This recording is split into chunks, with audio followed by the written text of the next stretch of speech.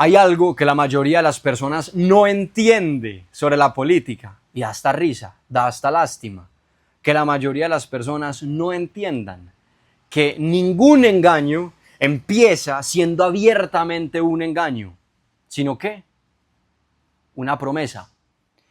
Es un engaño vestido de promesa. Eso significa que antes de que te decepciones y te desilusiones de lo que hace ese político que tanto te gustaba, primero tuviste un alto grado de esperanza en que esas promesas de igualdad, de libertad, de dignidad, de derechos humanos eran posibles. El problema es que estamos dejando por fuera un factor muy importante y es, primero, no todo el mundo es bien intencionado. Segundo, no todas las personas bien intencionadas son capaces de aplicar sus buenas intenciones. Tercero, las personas bien intencionadas pueden corromperse. El día de hoy, con la ayuda de un libro que sé que muy bien conoces, llamado Rebelión en la Granja, vamos a explorar 3 puntos fundamentales. En primer lugar, cómo nos engañan. En segundo lugar, cómo nos derrotan.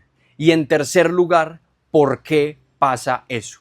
Si nosotros aprendemos esos 3 puntos importantes, sabremos evitar el engaño, sabremos presionar y defendernos para evitar llegar al momento en el que nos derrotan y podremos evitar ser como aquellos que nos engañan. Entonces, ese es un libro escrito por el señor George Orwell durante la Segunda Guerra Mundial. El problema es que en esa época él no pudo publicar este libro porque en el Reino Unido le decían, hermano, ¿usted cómo se le ocurre publicar eso? Ya que él, dentro de este libro, estaba de forma satírica burlándose o señalando las cosas malas de los comunistas en la Unión Soviética. Para ese entonces, la Unión Soviética era aliada de Inglaterra en la Segunda Guerra Mundial. Básicamente le estaban diciendo, ¿usted cómo se le ocurre criticar a nuestro aliado? Al respecto, George Orwell dice que le parecía muy curioso que se podía criticar al presidente del propio país, pero no al presidente de otro país, haciendo referencia a que podía criticar al de Inglaterra, pero no al de Rusia. Entonces, él señala dentro de este libro una advertencia que te queda directamente a vos, a todos nosotros, me incluyo. Dice, lo siniestro de la censura es que en su mayor parte es voluntaria. Eso se llama autocensura y es algo a lo que te has acostumbrado, porque te das cuenta que tus compañeros, tus vecinos, las personas en redes sociales, el político, de pronto dicen mentiras o dicen errores y te quedas callado. Te quedas callado porque no querés que te excluyan, porque no querés que te critiquen, porque no querés, no sé, perder alguna opción o la nota con el profesor o no sé qué es. Pero acordate que cada vez que te callas, estás perdiendo. Te estás arrodillando ante las opiniones de otro y yo no creo que esa vida sea adecuada para vos. George Orwell nos recuerda también un derecho que deberíamos ejercer con mucho orgullo y dice de la siguiente manera. Hace más de 10 años que estoy convencido de que el actual régimen ruso es fundamentalmente malo y exijo el derecho a decirlo. El derecho a decir las cosas malas. Cuando vos veas a alguien haciendo y diciendo el mal, tenés todo el derecho a señalarlo. Es más, no hacerlo, en mi concepto, sería un pecado de omisión, porque nosotros no estamos llamados únicamente a hacer el bien, sino también a evitar el mal. Entonces, empecemos con el primer punto, ¿cómo nos engañan? Rebelión en la Granja tiene una página impecable en la que nos relata de forma cómica cómo es que mediante el discurso los políticos nos convencen de cualquier cosa. Y dice de la siguiente manera. Acá está hablando un cerdo, uno de los animales que se revela en la granja. Entonces le está hablando del cerdo a los otros animales. Y les dice lo siguiente. Camaradas, ¿qué sentido tiene vivir como vivimos? Hay que reconocerlo. Nuestra vida es desgraciada, laboriosa y corta. Nacemos, nos dan solo la comida necesaria para seguir respirando y a los que estamos en condiciones de hacerlo nos obligan a trabajar hasta el último aliento. Y en el instante en el que nuestra utilidad llega a su fin, se nos sacrifica con crueldad espantosa. Después de cumplir un año, ningún animal en Inglaterra conoce el significado de la felicidad o el placer. Ningún animal en Inglaterra es libre.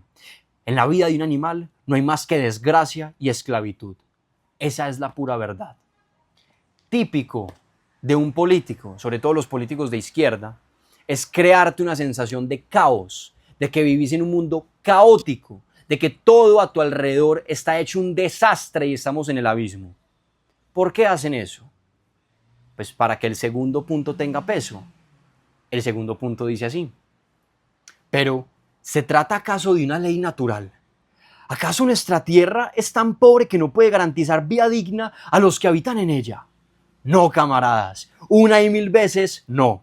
La tierra inglesa es fértil, su clima bueno, capaz de dar comida en abundancia a un número mucho mayor de animales que a los que ahora habitan en ella.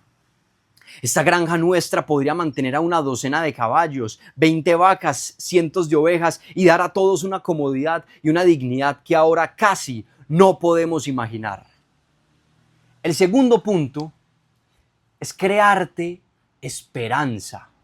Estás en el abismo y hay una esperanza de salir de él. Ahora, ahí llegamos al tercer punto y es: ¿cómo es posible creer que esa esperanza es materializable? Dice así: entonces, ¿por qué seguimos en estas míseras condiciones? Porque los seres humanos nos roban casi todo el producto de nuestro trabajo. Ahí está, camaradas. La respuesta a todos nuestros problemas se resume en estas palabras: el hombre.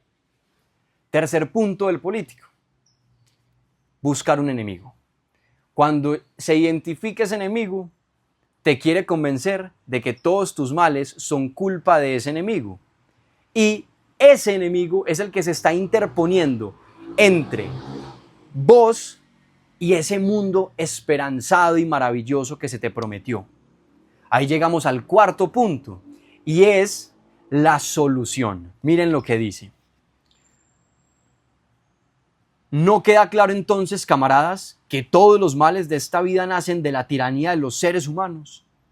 Con solo deshacernos del hombre, el fruto de nuestro trabajo sería nuestro. Casi de la noche a la mañana podríamos ser ricos y libres. El número 4 es que se te propone una solución facilista. Ojo ahí, casi de la noche a la mañana podríamos ser ricos y libres. Y la solución es sencilla: acaben con ese enemigo. Entonces separan la sociedad en dos: el ellos contra el nosotros. Ahora, ¿cuál es el quinto punto? Como ya se separó el ellos y el nosotros, fortalezcamos la sensación del nosotros para que no vaya a haber disidentes. Entonces dicen más adelante en el libro una regla clara para todos los animales de la granja y es: todos los hombres son enemigos, todos los animales son camaradas. Eso uno lo nota bastante en el feminismo, en el socialismo, en diferentes formas de colectivismo. Entonces, por ejemplo, en el feminismo, mujeres contra hombres y todos los males, ese abismo en el que se vive es culpa del patriarcado. ¿Y cuál es la esperanza? Acabar con esa heteronormatividad y otras terminologías que utilizan. Acá era por dar un ejemplo. Está el socialismo, que en su versión más marxista separa el mundo entre burgueses y proletarios, entonces unos contra otros. Y básicamente, si usted no está totalmente en el proletario, entonces usted es un burgués. Y hay que acabar con el burgués. Y todos los problemas se van a solucionar cuando acabemos con los burgueses, les quitemos las cosas y ya todos quedemos con nuestra propiedad compartida. Bueno, entonces, ese discurso se repite una y otra y otra y otra vez. Entonces, atentos a, primero, los políticos que te quieren creer que estás en un mundo totalmente desesperanzado. Segundo, cuidado con los políticos que te quieren llenar de esperanza únicamente con promesas. Tercero, cuidado con los políticos que te quieren separar en dos bandos, que te quieren dividir unos contra otros. Somos enemigos, no somos compatriotas, no somos enemigos. Ojo con esa gente. Cuarto, cuidado con las soluciones hipersimplistas, porque la sociedad es demasiado compleja como para tener soluciones muy simples. Y número quinto, cuidado con esa gente que te quiere crear como esa sensación de grupo, de tribu, porque es que nosotros como seres humanos no dejamos de ser individuos y podemos formar comunidades, pero no abandonamos nuestras características propias, nuestros gustos, nuestros intereses, nuestras familias. Ojo, miren eso, una familia, algo tan chiquito como es una familia y sin embargo tan importante para un país. Ahora, en la actualidad podemos ver múltiples ejemplos de esto.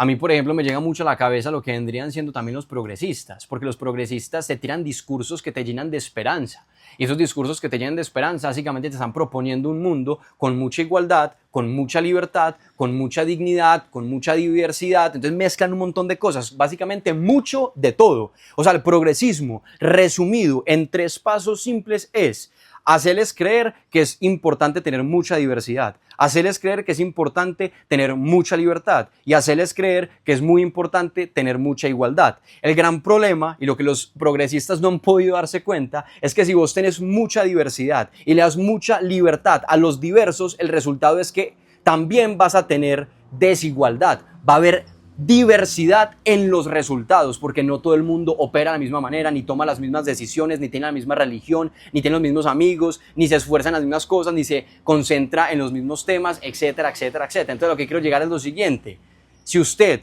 le da libertad a los diversos, los resultados también serán diversos. No se puede tener mucho de todo, hay que priorizar. ¿Qué prefiere usted? ¿Diversidad, libertad o igualdad?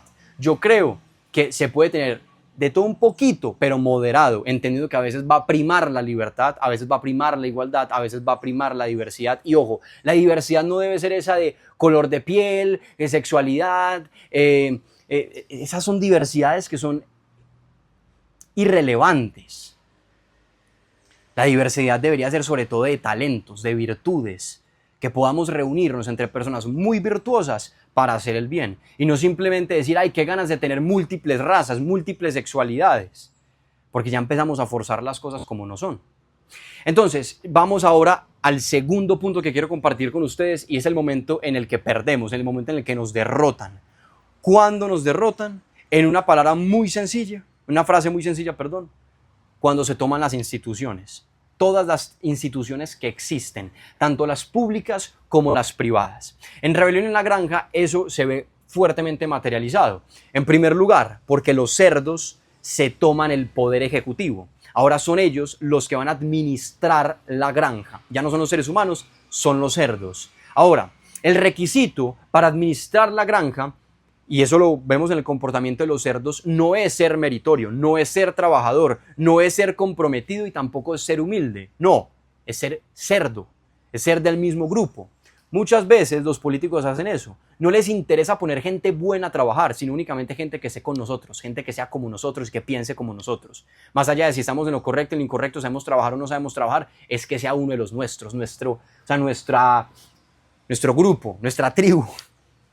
Entonces, primero, ojo con esa gente que se toma el ejecutivo mediante amiguismos. Segundo, cuidado con lo productivo. Ellos en Rebelión en la Granja explotan lo productivo de la siguiente manera. Hay un caballo llamado boxeador. ¿Qué hacen con boxeador? Es un caballo noble, servicial, que en la vida real muchos analistas dicen que representa al pueblo ruso que fue explotado. Entonces, es un caballo muy trabajador que lo ponen a trabajar tanto al punto que literalmente se desploma del cansancio y lo terminan enviando al matadero. ¿A cambio de qué? A cambio de dinero. Ellos vendieron al caballo. Entonces, acá qué quiero llegar con esto es, empiezan a exprimir al sector productivo, es decir, a empresarios y a trabajadores de forma simultánea mediante altas regulaciones, altos impuestos, altos frenos a la creatividad y a los incentivos a la riqueza.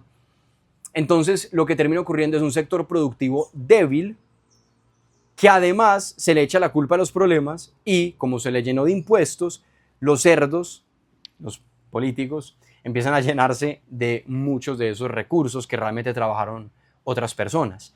Entonces, en Rebelión en la Granja se ve muy marcado eso, cuando los cerdos toman la decisión de que las manzanas y la leche van a ser para los cerdos. Y lo que hacen es enviar a Chillón, que es uno de los otros cerdos, a básicamente justificar eso, diciendo, no, es que nosotros hacemos una labor tan difícil y tan importante que necesitamos todos estos recursos. Entonces, ahí llegamos al tercer punto, y es que se toman lo mediático, los medios, la comunicación. Entonces, empiezan mediante los medios de comunicación a transmitir mentiras. Muchas veces mediante los medios de comunicación públicos, usando recursos públicos, transmiten mentiras, ocultan estadísticas que no les convienen, exageran estadísticas que les convienen e incluso modifican estadísticas para que se asemeje más a lo que ellos habían prometido. o lo que la gente quiere escuchar en el momento. Entonces, cuidado con los medios de comunicación. Yo los invito a que en redes sociales no nos quedemos con el minuto 30 de los reels o con la imagen que comparte cualquier político, porque es que recordemos que los políticos, antes de tener principios, muchas veces tienen intereses, especialmente cuando son profesionalmente políticos. Bueno, las otras instituciones que vemos que se toman son lo militar y lo familiar. Eso en Rebelión en la Granja se ve compartido, porque literalmente vemos a las perritas que tienen cachorritos y lo que hacen los cerdos es que se quedan con los cachorritos y los vuelven militares. Entonces ocurre al mismo tiempo el Estado metiéndose en la familia y pues básicamente utilizando el ejército para no la defensa de los ciudadanos o el bien del pueblo, sino la defensa de los intereses de los políticos. De forma simultánea ocurre ahí. Entonces que tenemos que ser siempre muy cautelosos y muy cuidadosos de que los políticos nunca nos digan cómo educar a nuestros hijos. Que nunca nos digan cómo debe ser nuestra relación con nuestros papás o cómo debe ser nuestra familia. Los políticos no deben meterse ahí. No deben meterse. Especialmente si lo que quieren hacer es fragmentar la familia tradicional. Padre, madre, hijos. Eso es la familia tradicional. Ahora, cuando eso se fragmenta, las personas quedan desprotegidas y eso no es opinión, eso es estadístico. En los Estados Unidos, 2 de cada 3 personas que abandonan la universidad solo tienen a la mamá presente. En ese mismo país y similares en Colombia se encuentra que cuando un joven crece sin su padre presente es 60% más proclive a terminar involucrado en crímenes o en consumo de drogas o en consumo de alcohol.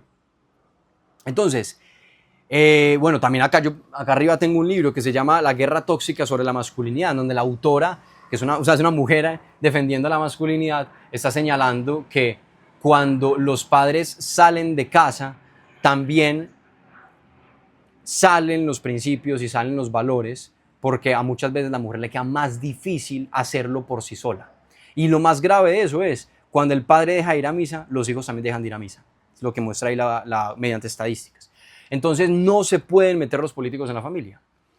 Ahora, pasemos ya al tercer punto, al tercer macro punto que quiero mencionar, y es ¿por qué pasa eso? O sea, ¿por qué nos engañan? ¿Por qué se toman las instituciones y nos derrotan? Pues porque a nosotros se nos olvida que el ser humano es frágil. El ser humano tiene un espíritu que dentro de todo es muy débil.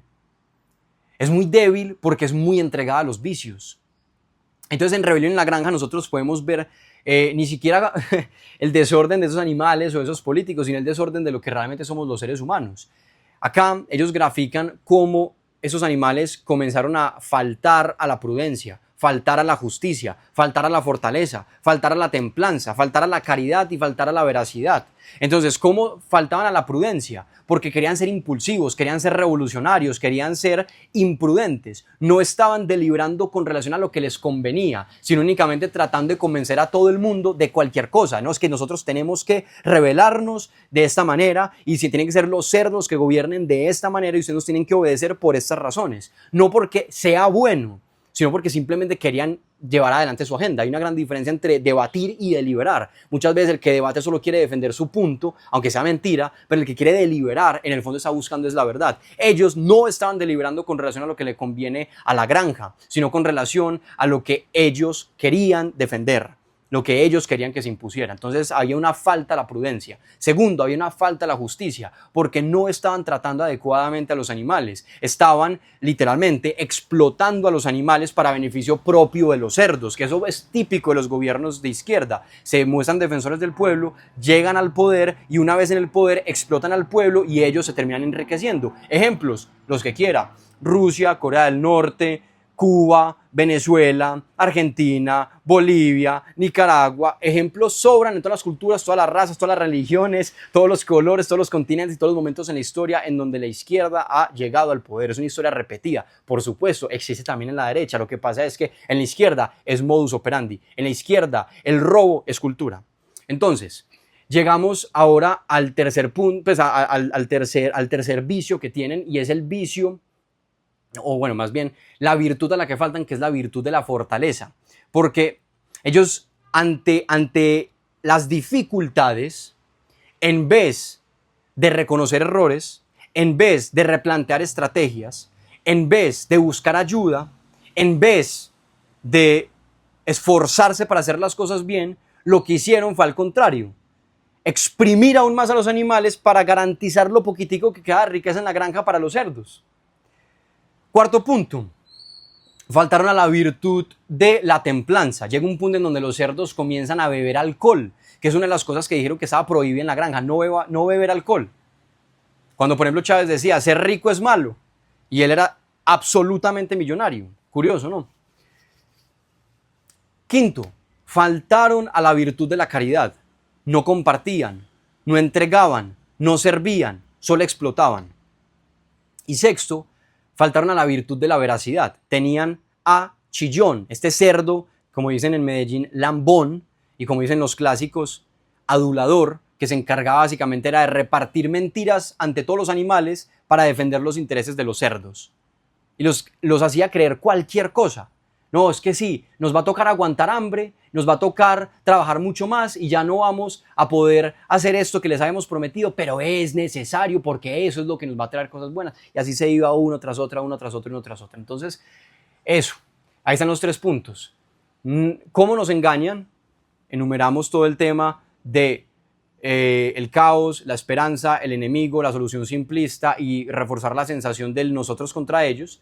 El en qué momento nos derrotan, que es básicamente la toma de las instituciones, de lo ejecutivo, lo productivo, lo mediático, o sea, todo lo de comunicación, la familia y el ejército. Y por último, básicamente todo eso ocurre porque es que como seres humanos somos muy proclives a los vicios. Entonces, como última reflexión, quiero recordarles la importancia de trabajar siempre las virtudes. En este caso y en este contexto, las virtudes de la justicia, las virtudes de la prudencia, la justicia, la fortaleza, la templanza, la caridad y la veracidad.